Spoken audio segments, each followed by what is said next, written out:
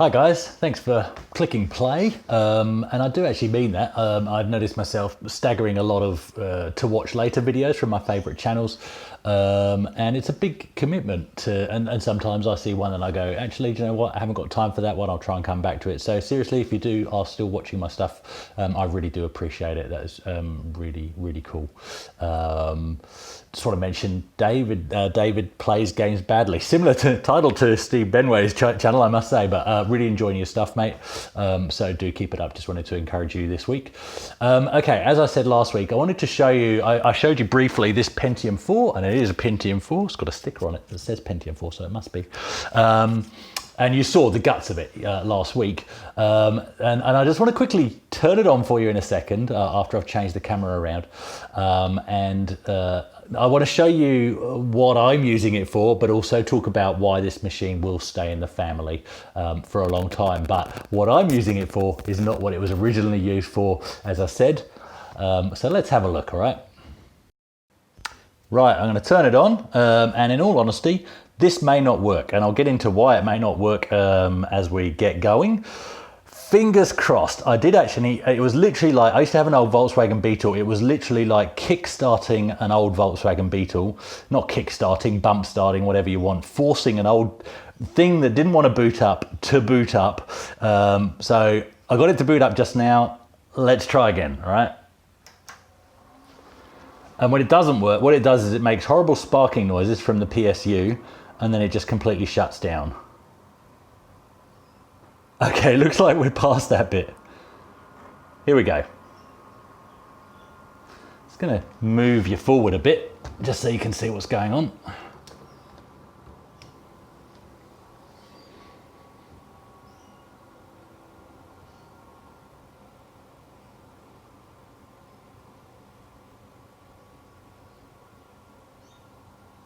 Taking a while. Oh, there goes the yellow line. Already a bit of a hint as to what's going to happen. In fact, a very big hint. This is a, as you saw last week, the inside it's a Pentium 4 x86, you know, standard PC. And those that know about Amiga Forever will know exactly what's going on here. But I don't know too many people that go to the lengths when playing about with Amiga Forever to actually do this, and I think it's quite a cool thing to do. So basically, you can boot from the Amiga Forever disk, but you can also create a bootable version of Amiga Forever from a hard drive. Now, I found it only saw the IDE hard drive in this machine, so that's what I'll get into in a minute and talk about that. But yeah, basically there was some jiggery pokery around with some of the Linux statements to get it to work. And I'll try and dig out when I post it. I might not do it as soon as I post it, but I will put them in the description and the comments over time. The forum threads that I found useful, and the webs and the internet links that I found useful to getting this to work. But basically, yeah, if you've got the DVD version of Amiga Forever, even the download only version does have an ISO creator, but it has issues. So I actually used it directly from the DVD, used that to create a bootable ISO. And off you go, and that's what you get. So, but yeah, so this is basically, it's running as an Amiga 4000, I believe. I can't remember what I set it up to. I originally set it up to run at the original speed.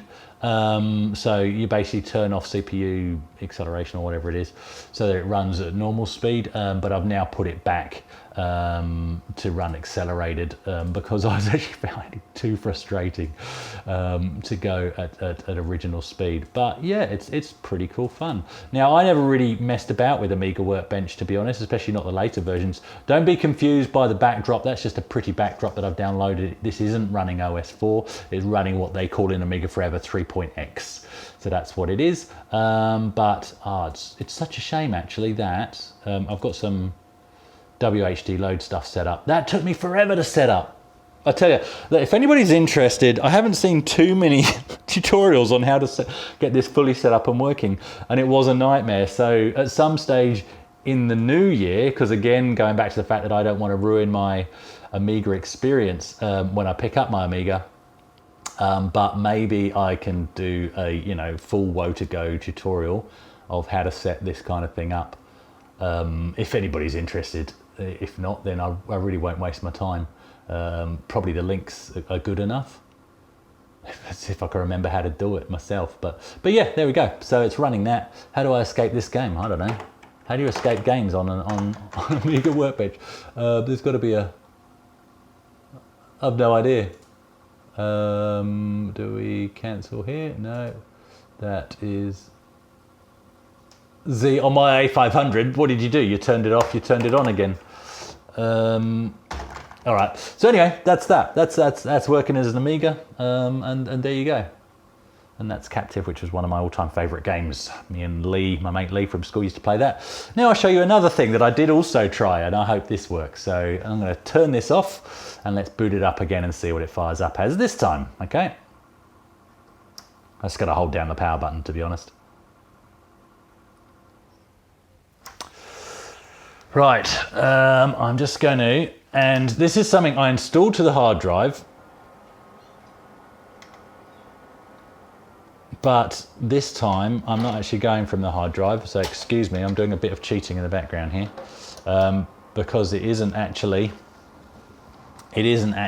installed on the hard drive anymore. It's just something I played about with on this machine when I first dug this machine back out, this mighty P4.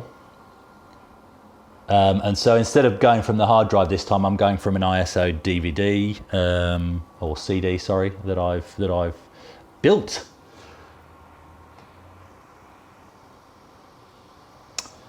And here we go. That should just boot up. Funnily enough, this goes through a cycle on this monitor that is not visible to this monitor, which is interesting, out of range.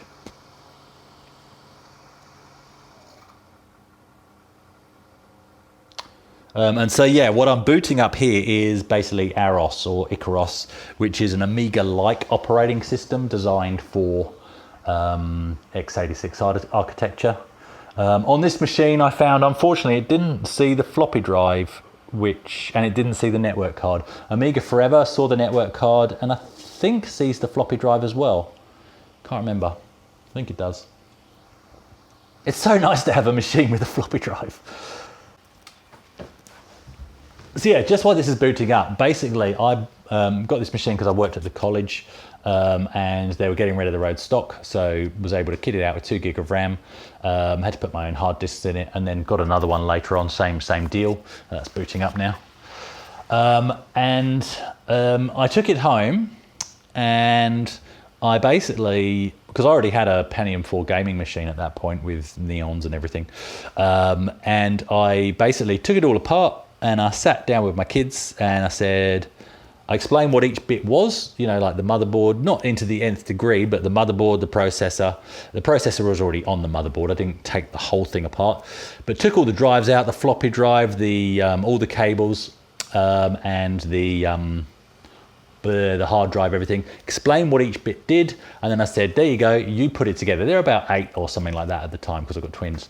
And I said, there you go, you put it together, and I basically said to them, look, you can't catch fire, maybe you could, and most things will only go in the right place. So they put it together, and then this became their Minecraft machine. Not running what it's running now, obviously it was running Windows XP, but this became their Minecraft machine, their gaming machine, their first computer.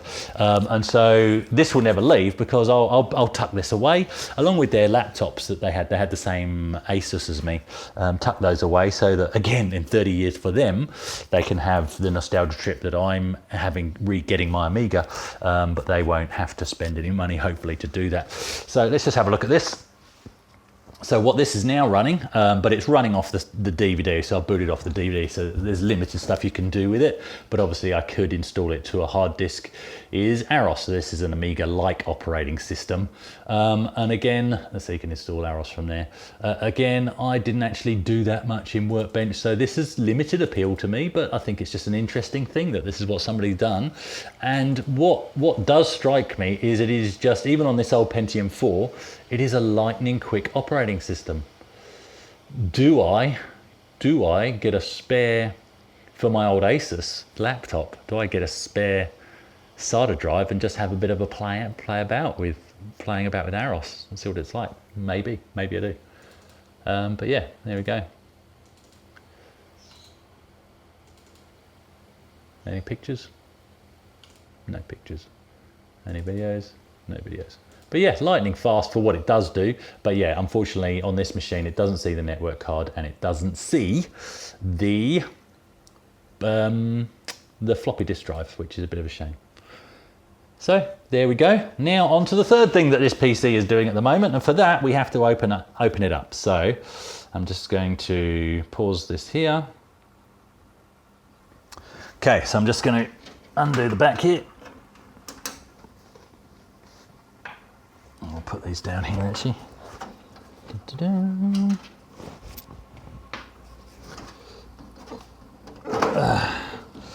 And I haven't cleaned this out still. This machine will need a really good clean out at some point. I'm not going to do a video on that. If you want that kind of thing, watch Retro Man Cave. I certainly do. Okay, so first and foremost, I better turn it off, hey? So I'm just going to eject that disk actually. So here we go, that's the disk that I snuck in. You can just download the ISO off the internet and do that. Let's turn it off. And all I have to do is unplug this dodgy IDE drive, which you can see it's just hanging in there. Maybe that's part of the problem. And what I need to do is just dodgily, even more dodgily, plug in my SATA drive that's laying down here. People are going, seriously, you were in IT? Look, I don't care, it works. And this machine isn't for looking pretty. It's just for doing what it does. Okay, there we go. So that's all that. Let's go back around the front and fire it up again. Okay, so turn it on.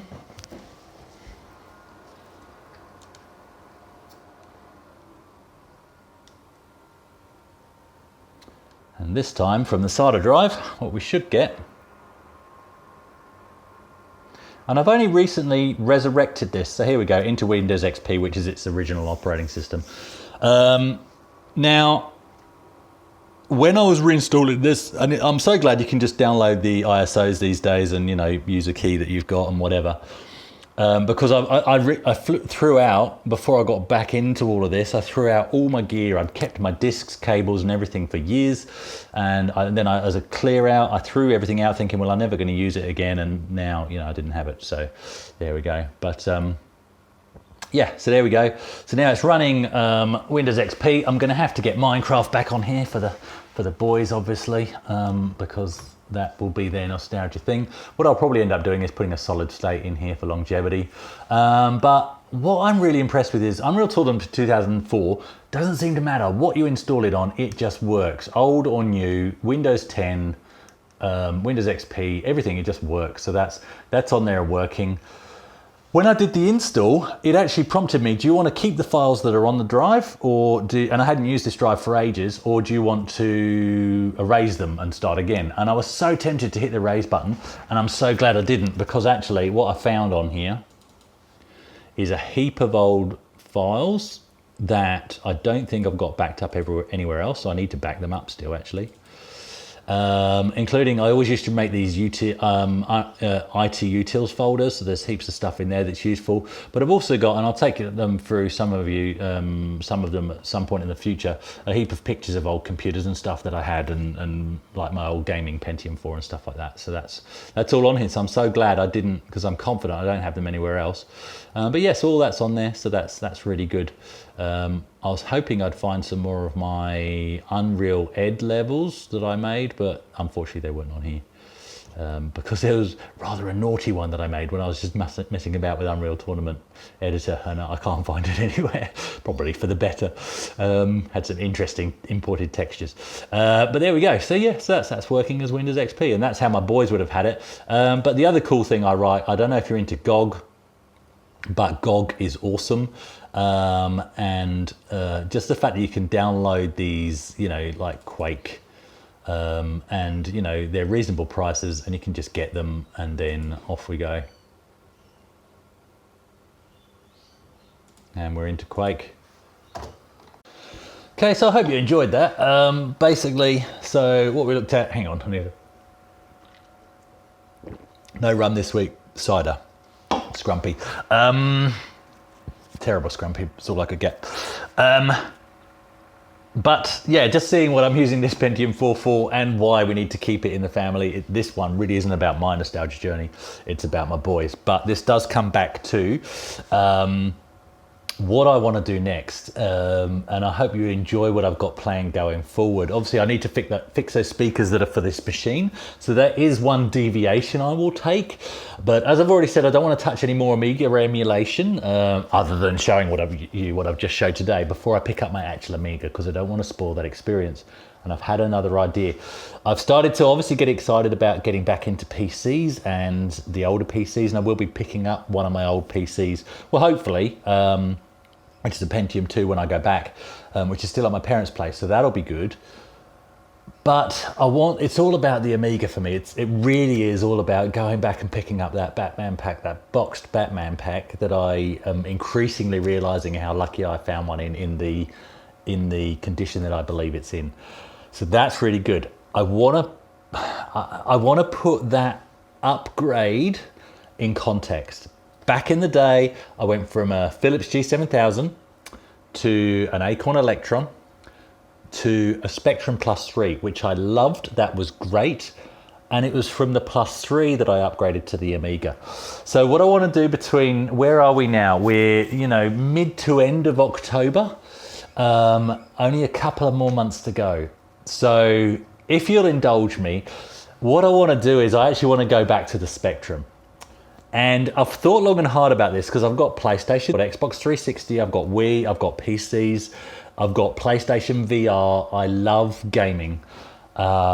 But in all honesty, I spend more time watching retro game channels now than actually gaming myself. And if I am gaming, say on the PS4, I'm playing Gauntlet, which is a new take on a retro game. Shadow of the Beast, same thing. Carmageddon, same thing. And if I'm on PC, yes, I've got Wolfenstein New Order. Not that that's really new, but I'm also getting into playing back through Wolfenstein, Return to Castle Wolfenstein and stuff like that. This is a bit of a commitment.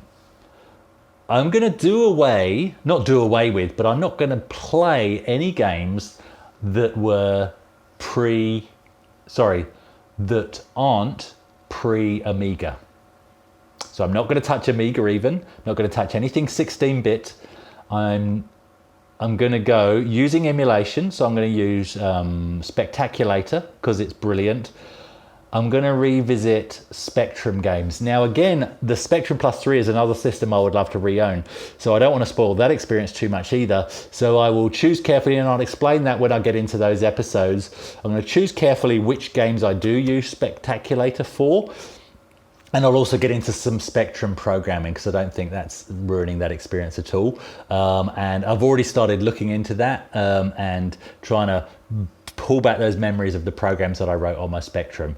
So that's what I'm going to do with you guys between now and when we go back. I've got a Atari flashback, so I could do some stuff with that. I don't feel the need. Well, maybe I will throw something like that in because that counts. Atari flashback counts because that's a emulated 2600.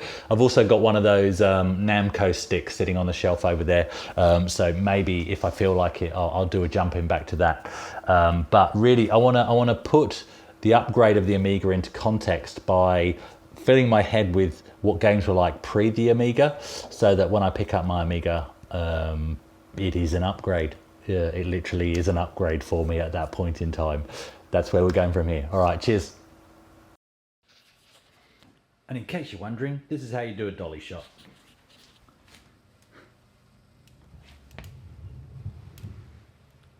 Yeah, boy.